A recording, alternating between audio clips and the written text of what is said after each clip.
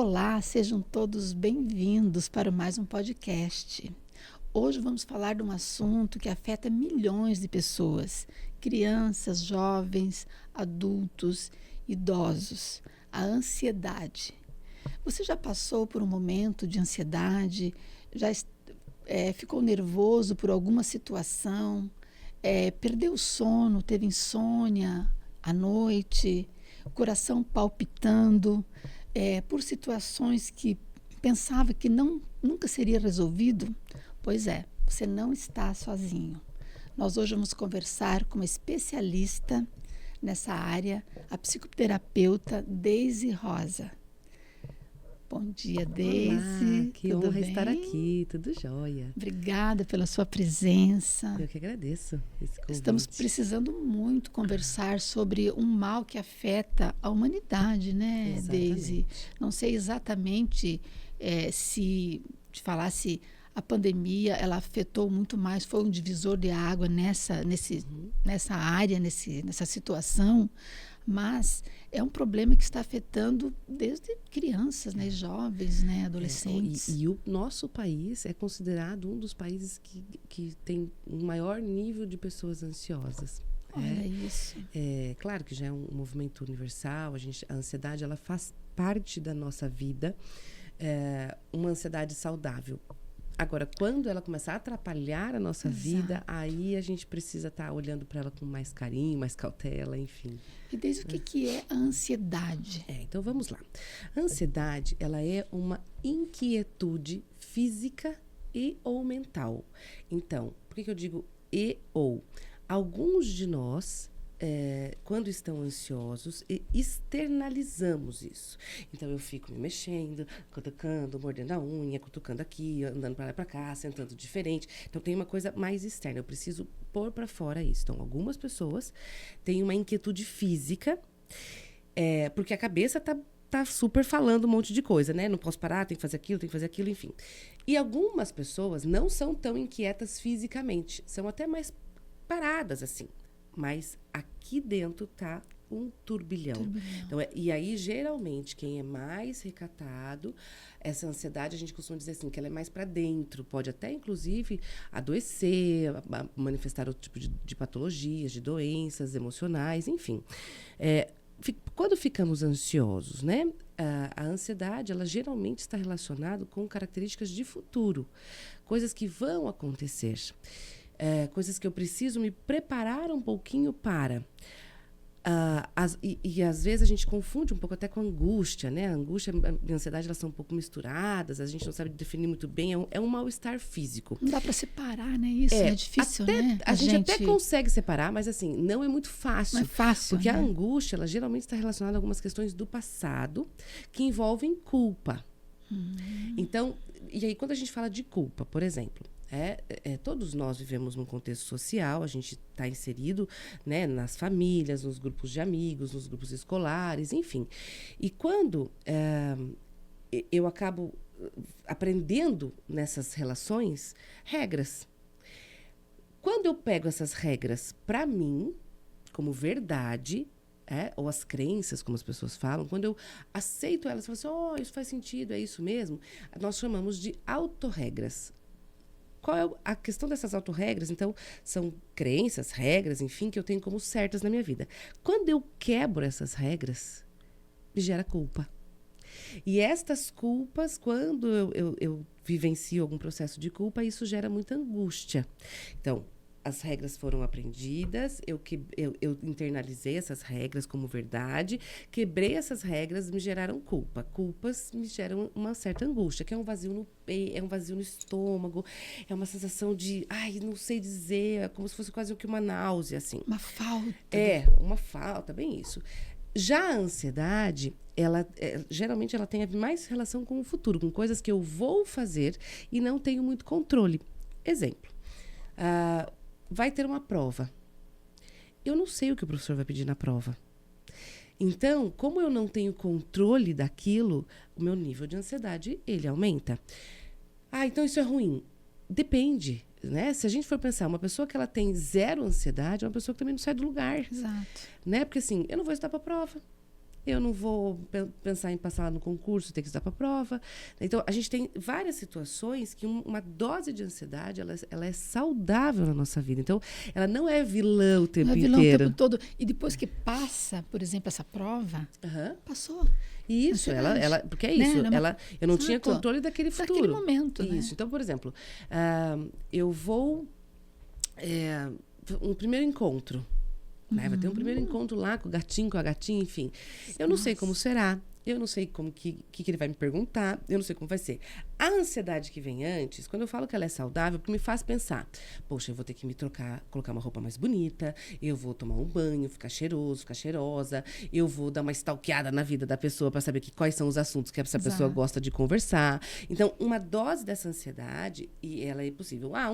Antes de um jogo, eu não sei como será. Então, tudo aquilo que eu não sei como será, que eu perco o controle, que eu não tenho controle, me gera ansiedade. Automaticamente, pessoas controladoras, que gostam das coisas do seu jeito, da forma como que eu quero, da minha maneira, automaticamente são pessoas mais ansiosas.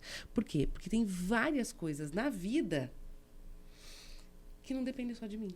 Com certeza. E aí, se eu sou uma pessoa muito controladora, e eu quero as coisas do meu jeito... Sofre com isso, eu daí, sofro né? com isso, claro, Sofre porque muito. não depende de mim. Né? E você quer resolver, quer mudar uma coisa que não vai ser mudada. Porque não está sob seu comando, seu controle. Nós temos muitas coisas na nossa vida que não está sob o nosso controle, sob o nosso comando. Então, é claro que isso vai gerar uma certa ansiedade. A grande questão é que nós, enquanto cultura, queremos ter controle de tudo. A gente chama de mundo presumido. O que é o mundo presumido? Eu já sei como é minha vida, eu tenho a minha casa, eu tenho o meu trabalho, eu já imagino o que eu vou fazer no final de semana, eu já tenho uma agenda XYZ, nas férias eu vou fazer tal coisa. Então, tá tudo redondinho, mais ou menos. Quando a gente perde esse controle, esse mundo que é organizado aqui dentro, me desestabiliza. Então, por isso que às vezes aí vem alguns problemas, algumas situações e eu não sei dar conta disso, porque eu fico desestabilizada, né? Porque estava tudo tão redondinho e quando eu saí do controle... Aí vem a perda do sono. Isso mesmo. As insônias, Isso né? mesmo. E quando que essa ansiedade pode se tornar um transtorno? Algo mais grave, mais né? grave.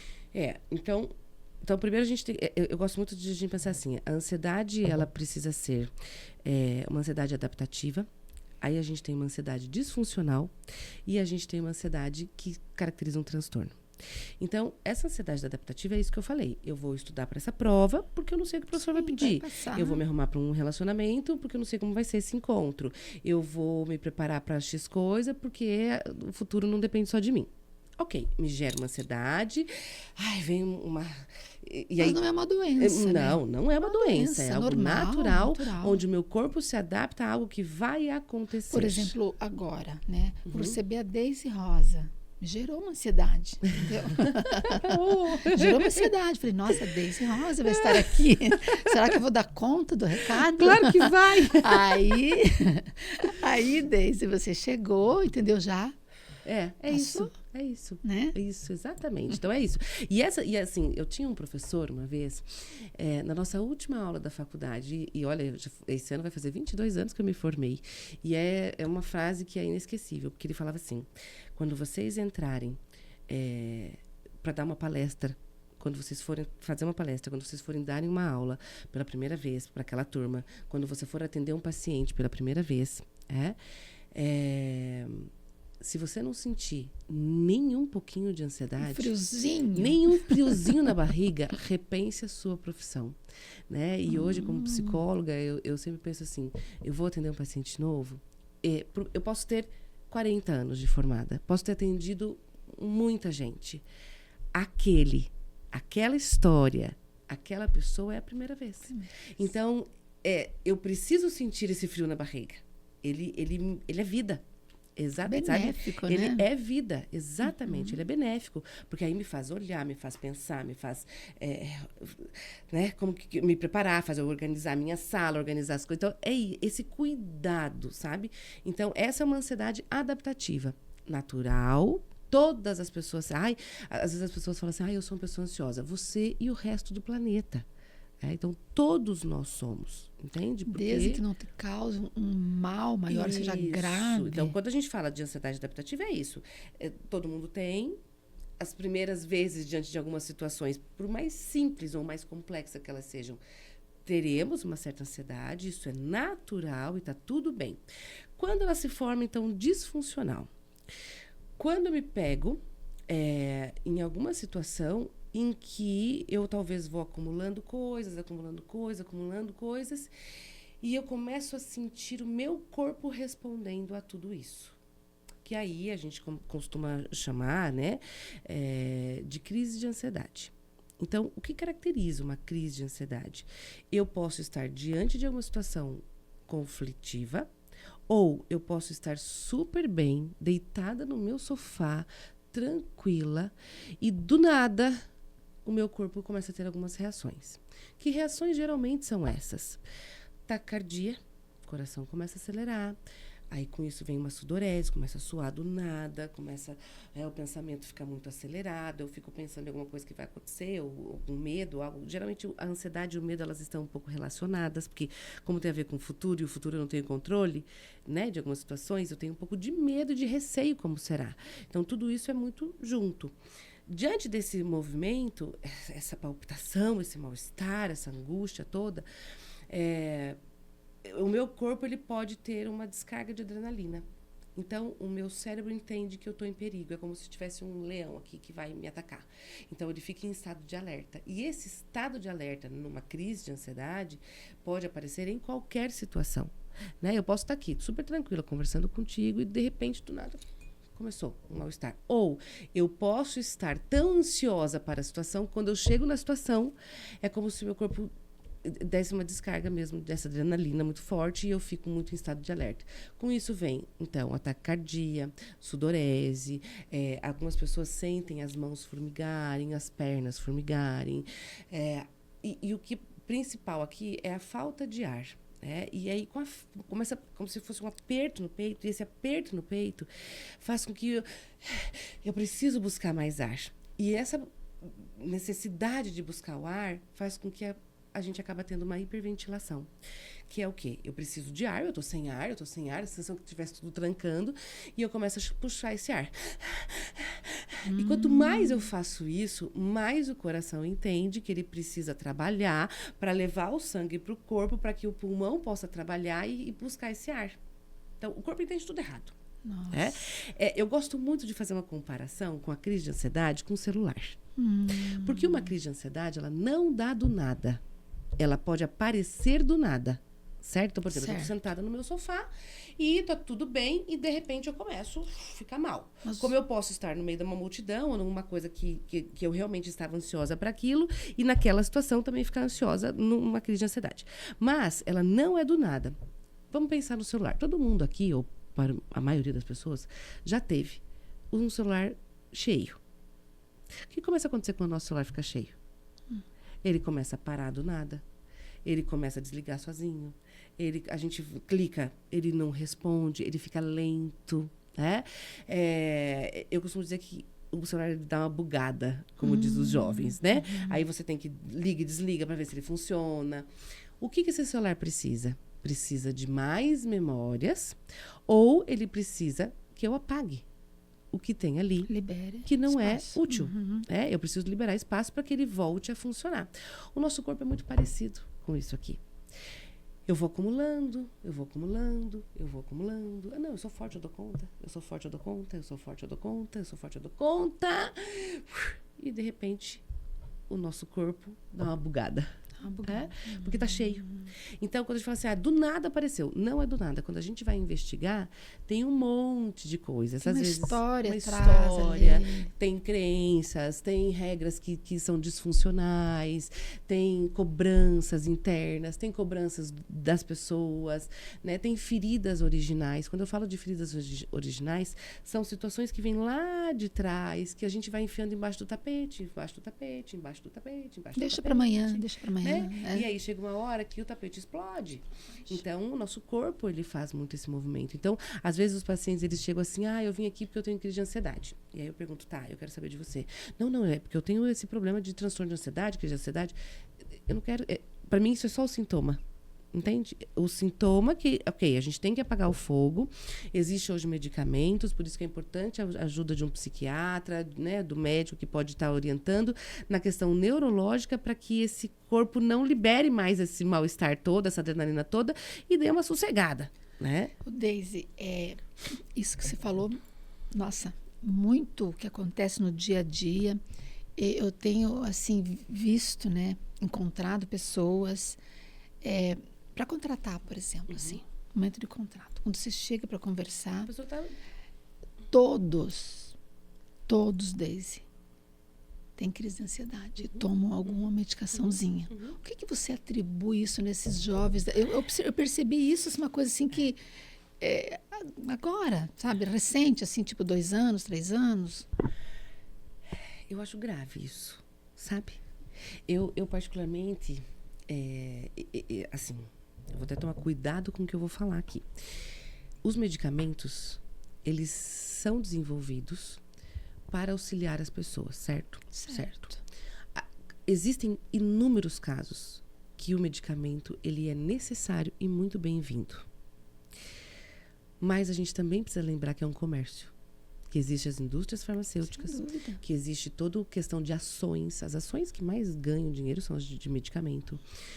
Então, a gente tem um mundo indireto colocando na cabeça das pessoas que elas precisam tomar medicamento. A ponto de, hoje eu tenho começado a escutar pessoas falar assim, nossa, eu não tomo nada. Estranho, né? Todo mundo toma. Será que eu estou sendo inadimplente comigo? Porque eu não tomo nada? Será que eu não estou... deve ter alguma coisa errada comigo, porque todo mundo toma remédio, então eu não tomo remédio. Então, assim, eu acho que tem alguma coisa aqui. Né? Então, tem hoje já o comércio da coisa do medicamento é tão forte. Veja, os medicamentos são necessários, porém, eles estão abusivos. Muito bem indicado. Né? As pessoas, elas procuram uma ajuda de um médico, por exemplo, e para soluções rápidas.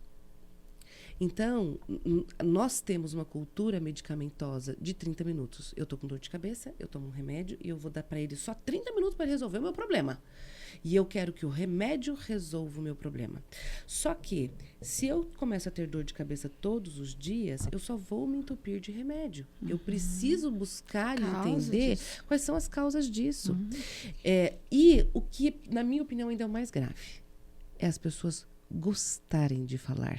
Sim, e assim parece que é muito confortável, assim, mas todos nós precisamos de uma muleta, de um medicamentozinho para nos dar um suporte e não tem problema nenhum.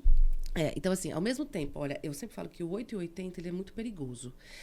Quando a gente fala, por exemplo, da relação de pais, a gente tinha lá atrás pais extremamente agressivos e, de repente, a gente saiu deste 8 e fomos para pais completamente permissivos e não chegamos no equilíbrio.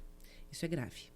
A gente teve vários problemas aqui, emocionais, e aqui, onde eu posso tudo, eu faço tudo, tem que ser tudo do meu jeito, também está trazendo problemas emocionais.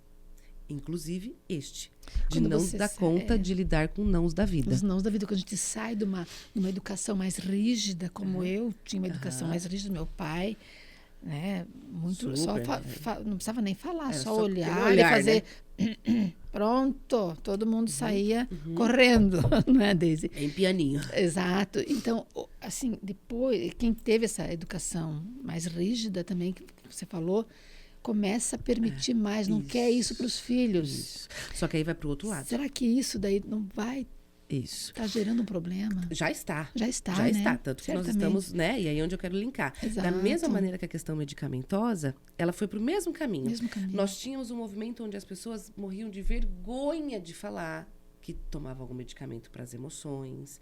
As pessoas tinham super preconceitos com isso. Então, era uma coisa assim, tipo, quem tomava qualquer tipo de remédio psiquiátrico para ansiedade, para depressão, para qualquer coisa, era considerado louco na nossa história, certo? Hoje, isso veio para cá, e aí estamos num movimento onde todo mundo precisa. Então, aqui, peraí, 880 não. Cadê o equilíbrio? Entende? Ou até mesmo quem fazia acompanhamento psicológico, psiquiátrico mesmo, assim, nossa, você precisa de psicólogo? Veja, então vamos pensar, faz 22 anos, esse ano em janeiro fará 22 anos que eu sou formada, mais 5 de faculdade. Então, vamos pensar que há 30 anos atrás aí, as pessoas nem sabiam o que era a minha profissão. Ninguém nem falava. Aí ficava... Eu cheguei a escutar de pacientes assim, do tipo, você tinha que ter aqui na clínica 2 portas. Uma pra gente entrar e uma pra sair escondido, pra ninguém ver que a gente veio aqui. Porque as pessoas tinham muita vergonha de ir na psicóloga. Né? Hoje a gente recebe paciente que eles falam assim, vamos fazer uma selfie que eu tô na terapia. Então, assim, eu sempre falo, tudo tem evoluções, tudo tem mudanças, a gente tem mudanças de geração. E aí a gente só tem que pensar assim, aquilo que está saindo do equilíbrio. O equilíbrio é sempre fundamental. Ansiedade todo mundo vai ter. E aí, só que a gente vive nessa cultura, onde é uma cultura do espetáculo, é a cultura da felicidade. Então, assim, nossa, se eu não tô calma, eu tenho um problema. E não, você talvez está num dia ruim, talvez você está se preparando para algo. Porque é isso, veja, eu vou fazer uma entrevista de emprego, né? É natural. Vamos lá, gente, quem vai fazer entrevista de emprego, saiba você que é natural. Não tem como.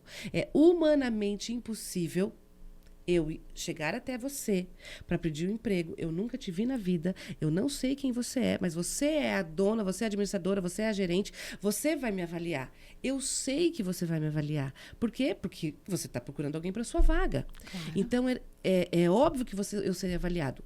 O que o ser humano sente nessa hora? Ai, meu Deus, será que meu cabelo tá certo?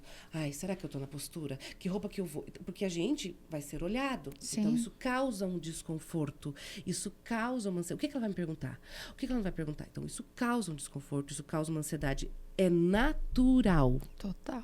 Não tem como, assim, não tem como eu chegar numa entrevista de emprego, numa banca para ser professora, em qualquer situação em que isso não me gere uma ansiedade. E uma dica bem legal para essa hora, de falar. Olha, né, administrador, gerente, é estranho estar aqui. Isso me gera uma certa ansiedade, mas vamos lá. Só que tá indo para um movimento do tipo assim, eu não quero estar aqui, sabe? As pessoas já estão... Então, assim, encare isso como um fato. É verdade, não é fácil fazer isso. Não. Mas ser adulto envolve um pouco isso. Mas eu sou jovem ainda. Bem-vindo à vida de adulto. Aceita que dói menos. Isso gera uma ansiedade, você gera uma ansiedade, vai ter responsabilidades, enfrentar. Só que aí o que está acontecendo? Que é um absurdo a gente pensar nisso. Eu vou fazer uma entrevista de emprego, isso vai me gerar ansiedade. Natural. Eu preciso passar por isso. Até porque quando eu faço a entrevista de emprego e saio da entrevista de emprego e eu sobrevivi, eu sobrevivi. Aliviado. Eu ganho com isso. Eu falo assim, olha, eu dei conta, eu sobrevivi. Isso me faz acreditar mais em mim. O que está acontecendo hoje? Os jovens estão levando as mães para fazer entrevista. Exatamente, Deise. E assim, gente, mães, pelo amor de Deus, não vão com os seus filhos. Ai, mas tadinho. É porque você acha que ele é tadinho, que ele não vai crescer na vida. Nossos filhos não são tadinhos. Nossos filhos são pessoas que vão precisar crescer. E para crescer envolve... E assumir as responsabilidades todas. Assim, não é fácil, mas eu preciso fazer isso. E a gente precisa fazer ele dar conta de fazer isso. Porque ele só vai saber que ele dá conta se ele fizer. E se ele não der conta, tá tudo bem. E se ele não der conta, vamos lá, vamos ver o que a gente vai fazer na próxima vez, o que a vida faz, entende? E o dar conta não é necessariamente ser empregado. Porque até o não da entrevista, do tipo, olha, essa vaga não é para você, não deu certo, sei lá o quê. Tá, deixa eu digerir isso aqui dentro e vou dar conta disso. Só que as pessoas estão com tanta dificuldade de falar não, e isso de receber não, que não aceitam mais o não. Já ficam surtam, diria assim. Exatamente. E aí, uma vez, eu fui muito criticada. E...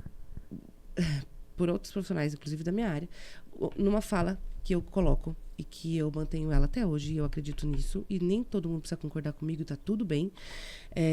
Eu trabalho com pessoas que perderam pessoas. Hoje é uma das minhas maiores especializações, é trabalhar com pessoas enlutadas.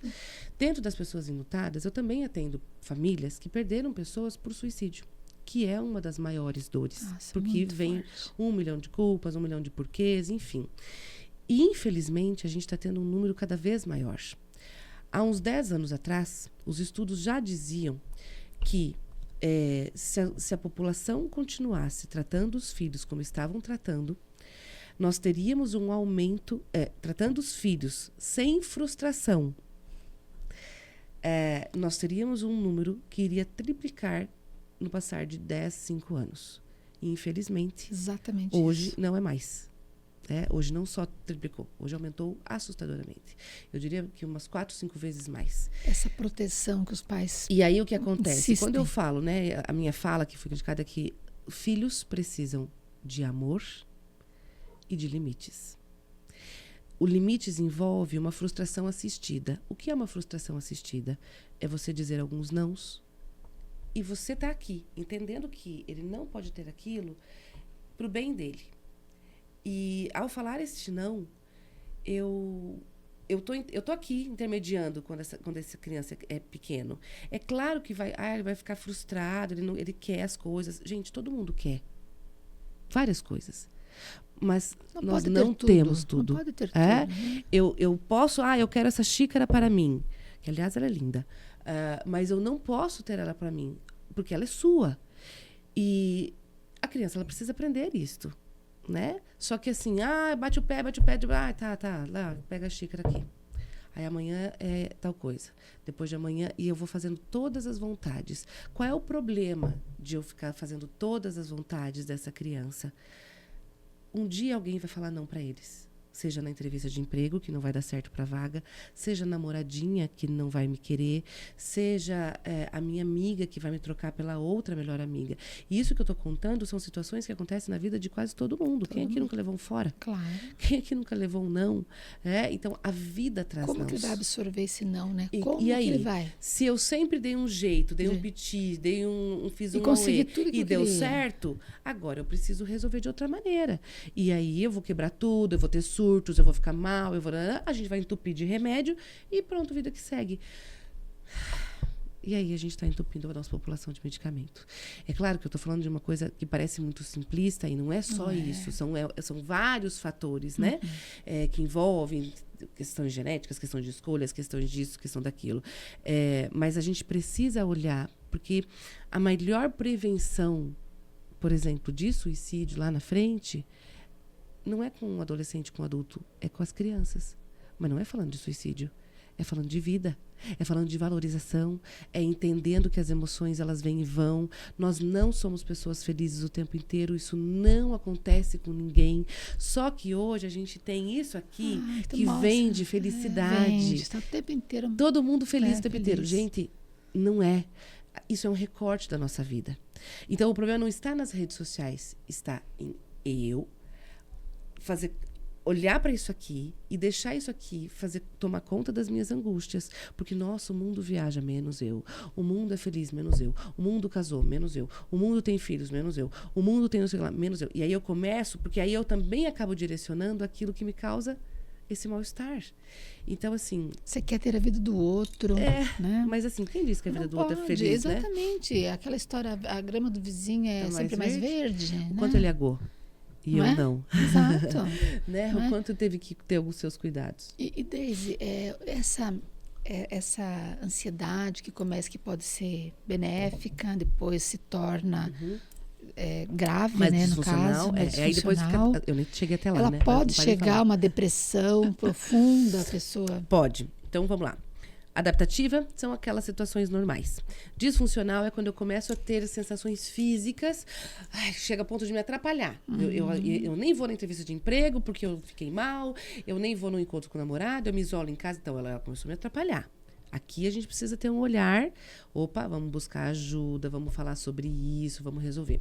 Quando que ela se transforma em algo mais grave? Quando ela começa a ficar com tanta frequência, esse mal-estar, essas crises, esses transtornos, essa questão física mesmo, que tudo isso faz com que eu não consiga mais sair disso. Aqui a gente precisa, sim, de auxílios medicamentosos, tá? Sim, de processos terapêuticos para entender. E por que eu falo que tem que ser as duas coisas? O nosso corpo, quando já está no processo mais grave, ele precisa do medicamento para ter um equilíbrio neurológico, então ele é fundamental, mas isso trabalha os sintomas. Eu preciso, lembra? fazer limpeza das memórias. Então, eu preciso trabalhar no processo da história. Por isso, a terapia junto. Sim. Então, precisa das duas coisas junto. Qual é o problema na nossa sociedade hoje? Está todo mundo tomando os medicamentos que seria lá, aqui no começo. Eu Já senti não. só um pouquinho de mal-estar. Ai, Já? nossa, deixa eu me entupir de remédio. Medicação. E não, eu preciso dar conta de ficar um pouco nesse mal-estar. Se entender também Isso, mais. de olhar, por que eu tô sentindo olhar, isso? né? O que tá acontecendo comigo? Pera, respira. E a respiração é a grande chave do negócio. Se a gente começar a entender que o nosso melhor medicamento para a vida tá dentro da gente, a gente vai economizar bastante dinheiro com farmácia. Os farmacêuticos não vão gostar muito, gente. Nem as empresas, né? Nem as ações, nem... Porque eles demandam da gente não pensar muito para comprar. Mas hoje, um dos melhores remédios para nossa alma é a respiração. É o que a gente chama de uma meditação, né? Hoje a gente tem alguns nomes, existe uma meditação guiada, o mindfulness, são processos mesmo de autocontrole. Mas eu diria assim, talvez a gente não precisa nem pensar em coisas muito longe. Algumas pessoas falam assim, Daisy, eu não aguento, eu não sei fazer meditação, eu não tenho paciência para essas coisas. E a gente acha que meditação é só você ficar no silêncio e... Não, às vezes é você só... Eu tô aqui com você. Começou a me aumentar aqui. Para. Respira. Eu posso fazer isso na multidão. Eu não preciso estar no silêncio. Eu não preciso estar com aquela Num música espaço no específico, fundo, num spa para fazer meditação. Eu posso estar na multidão, eu estou no mal-estar, estou lá no meio do show, lá tudo apertadinho, aquilo começou a me dar um ruim. Para, respira. E existe o que a gente chama algumas técnicas de respiração que auxiliam algumas pessoas. Então, por exemplo, você puxa o ar e segura esse ar. O máximo que você puder. Depois solta. O máximo que você puder. Ai, que dica interessante. Então, eu puxo o ar. Por que a gente prende? Durante uma crise, o coração tá lá. Acelerado. Levando sangue. Ele entende que você precisa puxar o ar para que dá conta disso. Quando eu seguro, é como se esse sangue não tem o próximo ar que vai vir, sabe? Então, o coração vai ter que começar a desacelerar. É claro que ajuda. No momento de crise, a respiração é uma das coisas que mais ajuda. E desde assim, quando que a gente tem que ficar alerta, assim, os pais mesmo, uma pessoa, os sintomas de ansiedade, quais os primeiros sintomas, assim, que você diz assim, não, eu sou uma pessoa ansiosa e, assim, não beneficamente, né? Mas assim, patologicamente, passou entendeu? do natural, né? Isso. Quando começa a atrapalhar a vida da pessoa. Então, antes eu conversava com várias pessoas, agora eu não consigo mais. Antes eu saía nos lugares, agora eu não saio mais. Antes eu ia o isolamento. Então, são alguns sinais de que eu estou tendo alterações de comportamento que antes eu não fazia. Porque, assim, tem gente que não gosta de sair de casa. Então, eu não posso dizer que essa pessoa é ansiosa. Isso é dela. Tem gente que gosta de sair de casa. Aí, agora eu não gosto mais. Agora, não é que eu não gosto, eu não consigo mais. Opa, que abre um alerta. Tá? A pessoa tinha uma relação sociável bacana, agora não quer mais. Ela se concentrava no trabalho, agora não consegue se concentrar mais. Então, quando que começa a atrapalhar a minha vida? E sempre lembrando com que frequência começa a atrapalhar a minha vida, tá? Porque assim, nós temos dias e dias. Tem dias que nós estamos bem e a coisa flui. Tem dias que você está preocupado com alguma coisa, você está na cabeça lá pensando em outra coisa. Então, esses são dias que talvez você terá mais dificuldade com as suas próprias emoções, né? Mas a gente... Então, assim, prestar atenção tá contínuo. Então, dias e dias, ok. Agora, tá tudo bem e eu continuo mal. Tá tudo certo e eu continuo mal. Tá tudo mal, eu continuo mal. Opa, aqui eu preciso entrar num processo de alerta. E aí buscar ajuda, tentar entender. E o ideal até assim, né? Quanto antes, melhor. Não espere estar muito mal para buscar ajuda. Principalmente, né? Principalmente não, mas assim, ajuda psicológica, ela é fundamental hoje em dia. Porque, como eu disse, as respostas estão aqui dentro. Tá, e essa ajuda psicológica... vamos falar de filhos, né? Assim, para os pais e para os filhos? Veja, por, sei lá, uns 15 anos eu atendia crianças. Tinha uma salinha até de crianças, enfim. com o passar do tempo, né, a gente vai aprendendo, entendendo, compreendendo, enfim, e eu fui entendendo que existem algumas situações que de nada adianta quase eu trabalhar as crianças, se eu não trabalhar a família. Existem situações que não, tá? Mas quando são casos mais comportamentais, porque a gente tem hoje, por exemplo, algumas questões neurológicas com as crianças que precisam de avaliação, que precisam de estímulo, enfim, isso é com a criança. A gente faz todo um processo com a criança. Mas existem algumas questões comportamentais, que as crianças elas têm reações físicas e sociais, enfim, de comportamentos, que eles acabam tendo algum tipo de alteração pelas minhas reações como pai e mãe. Crianças querem ser vistas. Como que eu faço para ser visto com aquela mãe, com aquele pai? Ele vai achar um jeito. E mais, se tem irmãos na casa, eu tenho um, por exemplo, que vai chamar atenção sendo o estudioso, o outro não será o estudioso, porque já tem um irmão. Ele vai ser o bagunceiro, para que o pai e a mãe vejam.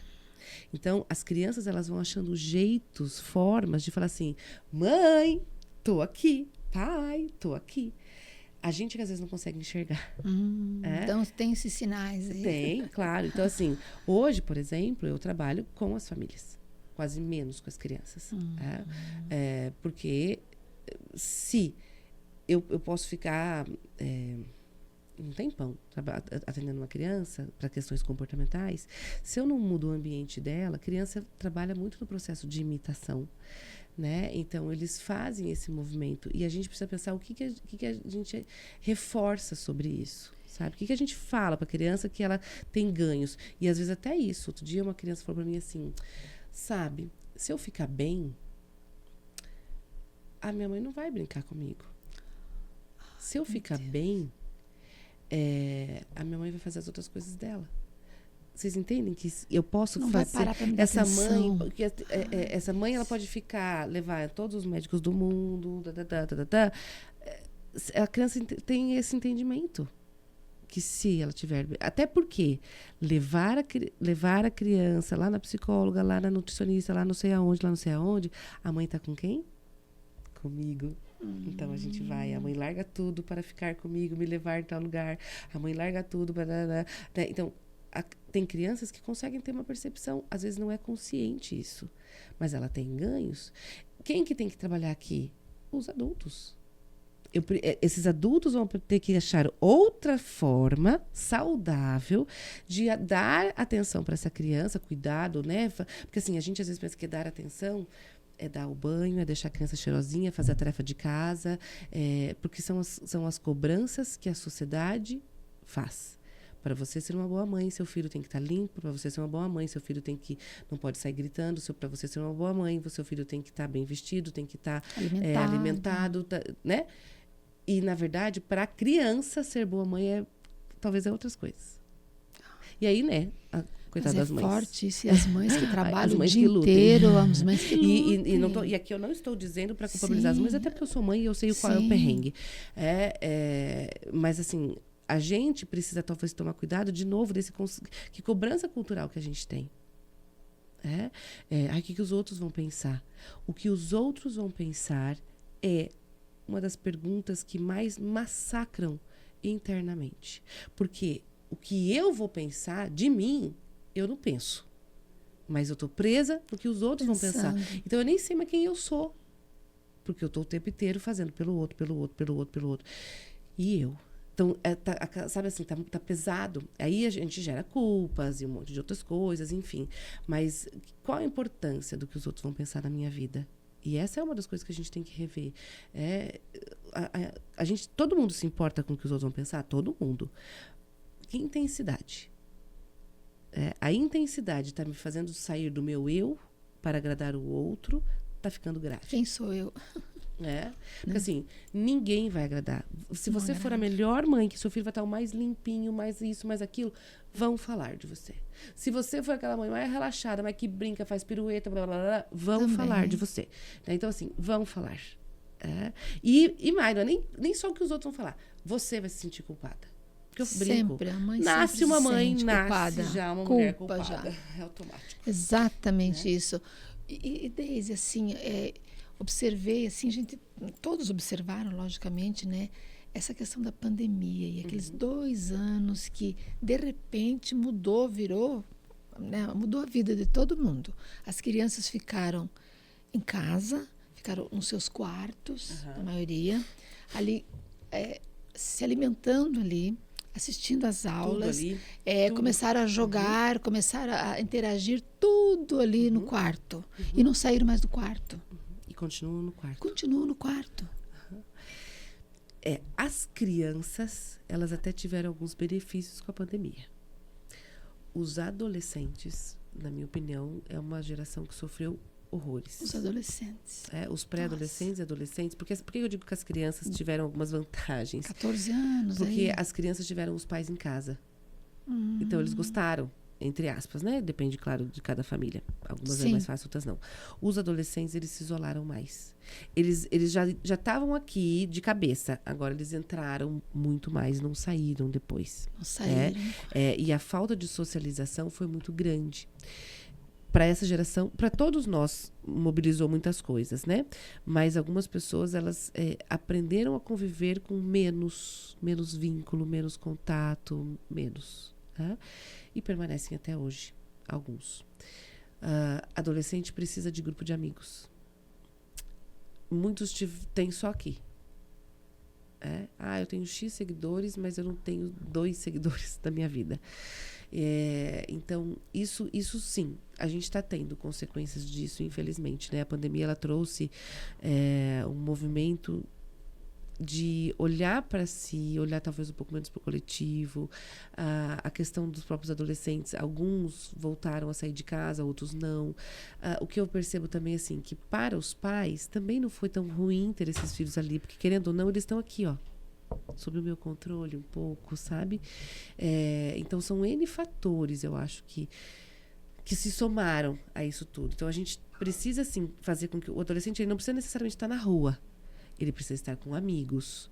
Se você percebe que seus filhos têm dificuldade nesses vínculos com o outro, traga amigos para sua casa.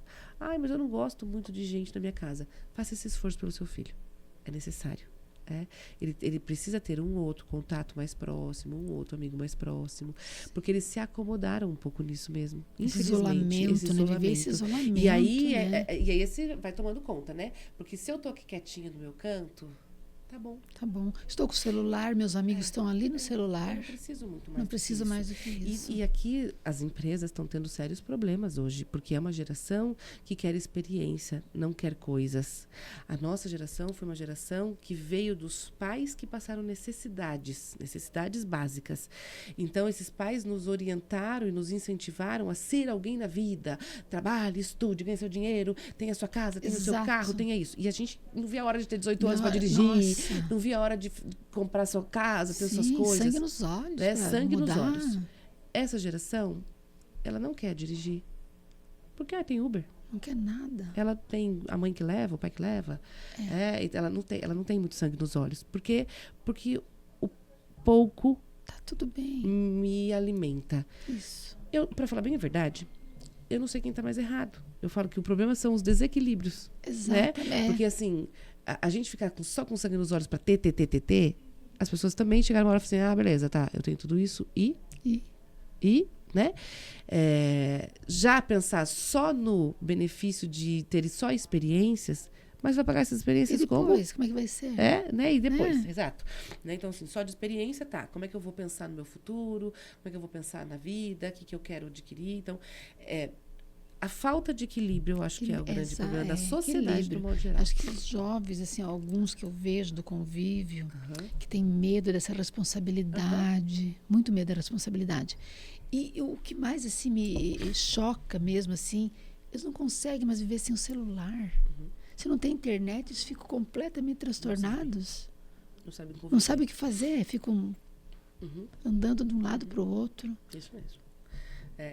Entram no tédio. Não tem nada pra fazer aqui. E eu sempre brinco, né? Pensa na vida, então. Se não tem nada pra fazer aqui, pensa na vida. Né? Uma boa forma. O que outro dia meus filhos falaram? Eu tenho 2 filhos meio pré-adolescentes, né? A gente foi pra assistir um espetáculo e demorou pra começar. E não tem nada para fazer aqui. Ó, presta atenção nas pessoas que estão andando. Presta atenção na vida, pense em algumas vai coisas que você tem que visitar fazer. uma avó fica no celular o tempo todo, não dá uma atenção, tá ali. Exato. Né? Então a gente tem mudanças. Ninguém conversa mais. Não vai voltar, tá? A gente não. Isso aqui hoje faz parte da nossa história. Você acha que isso só vai piorar? Eu acho que vai piorar. Você acha? Eu acho. Assim, gostaria de achar que não. Gostaria de estar completamente errada. Mas eu acredito que assustador. O ambiente social, ele sempre vai ser mais reforçador. É só a gente observar as nossas crianças. Elas estão com o celular na mão, ok. Mas se você falar para elas assim, vamos brincar, ela larga. E ela vai brincar. Então, às vezes a gente percebe que o adolescente, o jovem, ele também vai largar. Se tiver outros reforçadores maiores. Só que eles têm tanto medo de conhecer outras coisas que, tá bom aqui. Eu sempre costumo dizer que quando a gente tem um Fusca, tá bom o Fusca. E aqui não dizer nada contra o Fusca, né? Tô dizendo que se eu tenho meu carrinho lá, tá bom. Tá ótimo. Tá ótimo. Mas o Fusca, ele é um carro mais duro, né? Ele é um carro mais pesado, enfim. Quando eu tenho lá, sei lá, eu saio do Fusca e vou para um outro carro um pouquinho melhor, eu já presto atenção e falo assim, nossa, o Fusca era um pouco duro mesmo. Nossa, ele era difícil de abrir aqui, o vidro. Isso aqui é só apertar um botão. Gostei dessa brincadeira. Né? Aí, depois, eu vou para um carro que não é mais só duro aqui, ele já é mais automático, né? Antes ainda do automático, né? Eu vou lá no carro hidráulico, depois eu vou para um automático. Então, eu vou tendo experiências e vou gostando dessas experiências. Hoje, a gente tem alguns jovens que estão no Fusca bem feliz e contente, me deixa aqui. Não preciso mais do que Não preciso mais do que isso. Como a gente tem alguns que já conhecem o carro automático. Então, eles já chegaram lá no automático. Antes de passar por tudo. Porque foi tudo muito... Né? Vai no automático. Já vai pra lá. Já ganha tudo que você tem, tá aqui, né? A gente nós proporcionamos tudo para esses filhos. E aí, assim, eu acho que... E qual é o problema, né? De eu só ter o carro automático? Eu acho que a vida de todo mundo é assim. Sempre foi assim. Já caí de paraquedas e a vida já não normaliza, cai de paraquedas, né? Normaliza. Né? Então, eu não preciso buscar. Eu não preciso saber o gosto que é ter isto aqui. Porque eu sempre tive. Né? Então, eu não tenho o gosto da conquista. De, nossa, agora eu consegui. Agora eu isso. Porque... né? A gente tem que pensar. Então, assim, eu não sei qual tá certo, qual tá errado, sabe? Qual geração é melhor ou pior. Eu acho que a gente tem que aprender com todas as gerações e tentar buscar sempre o equilíbrio. Todos os excessos trazem problemas para tudo nesta vida. Verdade. Para né? para tudo. Então, se você está se identificando com esse bate-papo, não hesite em compartilhar com familiares, com os seus amigos, tá? Então, realmente é muito interessante, é um mal essa ansiedade que afeta milhões de pessoas, não é, Deise? Deise, a gente ficaria conversando aqui um tempão, sabe, assim, muito bom, muito esclarecedor esse assunto mesmo aqui, né? Você teria alguma dica? Preguiça de falar eu não tenho, não. Eu tenho que me controlar, senão a gente fica aqui até amanhã. Mas é muito gostoso, ficaríamos a tarde inteira hoje aqui, né, Deise? O que seria de dica, assim, uma dica bem valiosa, assim, para esses casos, assim? Para a vida. Para a vida, Olhe para ela. Não perca tempo no tempo que passa. O tempo está passando. E o tempo está passando, as coisas são feitas para engolir o nosso tempo, isto aqui tira o nosso tempo. Total. Né? E assim, às vezes a gente trabalha, mas às vezes a gente perde tempo. Muito tempo. Então, como eu estou cronometrando a minha vida, e o principal, olho dos olhos, amor, afeto. Nada substitui o afeto. Aqui pode ter as melhores ferramentas do mundo. Se tiver isso aqui fica de lado. Então, vivam, olhem, vivam com intensidade. A gente tem... eu costumo dizer que em relação ao tempo, a gente está atrasado. Aproveitar o tempo, a gente está atrasado. Não deixe para amanhã. Estejam com as pessoas. E quando você estiver com as pessoas, esteja de verdade. Esteja conectado, né? Esteja olho no olho, que seja junto, que seja presente. E buscar apoio, né? Sempre. Sempre não estou dando apoio. conta. Tá tudo bem não estar tudo bem. Nós não somos felizes o tempo inteiro, isso não existe. O que a gente vê nas redes sociais são recortes da vida das pessoas. Eu falo que é um porta-retrato moderno. O que a gente coloca lá no porta-retrato? A foto da gente está bem feia? Claro que não, a gente coloca uma foto de um dia feliz, Só de um bonita. momento bom. Então, a vida é isso. Deise, veja só em casa, Deise. Vamos colocar uma foto. Não, Você exatamente. Você mostra, você vai mostrar o seu melhor. melhor. Então, é claro que a gente tem a sensação de que, nossa, o mundo é feliz menos eu, porque eu vou me deparar com meus momentos tristes. Eu não consigo fugir de mim mesmo. Então, e tá tudo bem, é importante saber que tá tudo bem, né? Esses dias uma pessoa falou pra mim assim, nossa, eu tô chateada que X coisa aconteceu. Acho que preciso me tomar medicamento. Não precisa, fia. Não precisa, pelo amor de Deus, olha pra dor. Ai, mas é ruim. Eu sei que é ruim. Mas às vezes é necessário. A gente se permitir também entender que, como humanos, todas as emoções fazem parte. Você não vai não ter raiva. Você não vai não ter inveja. Você não vai não ter saudade. Você vai ter todas as suas emoções. Não tem como fugir disso, né? Ser humano. Isso é do humano. E quando a gente aceita entender que assim, hoje eu não estou bem. Se permita. Chorar, fica no seu canto, fica quieto. Hoje eu tô melhor, ótimo. Então o que eu vou fazer hoje que eu tô melhor? Porque a vida é essa montanha russa. Né? E passa rápido, né, Deise? Passa muito rápido. Já estamos atrasados. Estamos atrasados. Deise, muito obrigada. Eu que agradeço, Tá? Adorei conversar com você. Poderemos ter outros encontros e bater papo de outros assuntos, assim, que você é maravilhosa. Já tinha visto você, por isso que eu estava com um pouquinho de ansiedade. Eu sou legalzinha, tá tudo bem. Ótimo. Tá tudo muito bem agora. Obrigada pela companhia. Compartilhem com seus amigos, com seus familiares. Com certeza vai ajudar muito, tá? Até a próxima. Obrigada, Deise. Obrigada.